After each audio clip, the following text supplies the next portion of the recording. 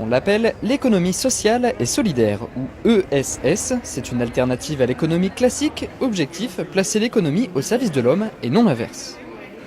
L'idée, c'est vraiment d'avoir une philosophie dans une entreprise, dans une organisation, où on prend vraiment en compte un besoin social, dans le sens de quelle place l'homme a dans le projet. Et donc on se retrouve aujourd'hui avec des acteurs de l'ESS qui sont des acteurs du privé comme des acteurs du public ou des acteurs associatifs. L'ESS en fait c'est quelque chose qui décloisonne toutes les entreprises et qui fait un chapeau où ils peuvent tous se retrouver et s'entendre. Une journée organisée par l'association Multicité pour mettre en valeur des initiatives sur le territoire. Elle concerne tous les domaines, associatifs, professionnels et bien évidemment l'emploi et l'entrepreneuriat social. L'économie sociale et solidaire, l'ESS, concerne l'emploi parce que la solidarité et l'aide au public et aux personnes passent par l'emploi. Notamment par l'emploi dans le cas des entreprises d'insertion par l'activité économique pour les plus éloignés du marché du travail. Et là, Pôle emploi est un acteur majeur sur ce champ. Et d'autres actions aussi menées par Pôle emploi, comme la méthode de recrutement par simulation que l'on met en exergue aujourd'hui, qui est une méthode qui, justement, évite tout type de discrimination pour le recrutement. Plus largement, l'ESS apporte une réponse à de nombreux enjeux contemporains.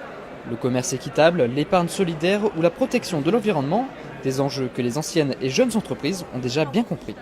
Effectivement, nous, en fait, notre travail, c'est dans un premier temps de revaloriser des matières issues de différents process industriels, je veux dire par là des matières laissées derrière, laissées pour compte. Et en fait, aujourd'hui, on utilise cette matière-là en tant qu'alternative à des industries qui utilisent des matières premières qui aujourd'hui se raréfient et qui, du coup, sont en pénurie à l'heure actuelle.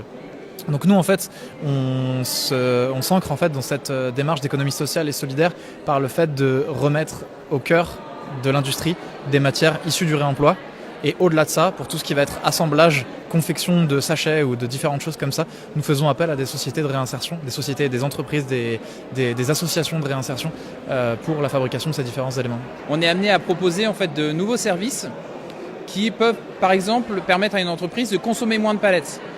Donc on pourrait s'imaginer que je vais faire moins de chiffre d'affaires, ce qui est une réalité finalement.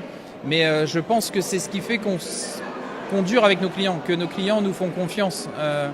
Et je pense que c'est grâce à ça en fait que finalement on gagne et qu'on reste dans le temps. L'ESS ne concerne pas seulement les entreprises locales, c'est un enjeu européen et même mondial qui remet déjà en question nos habitudes d'hier et celles de demain.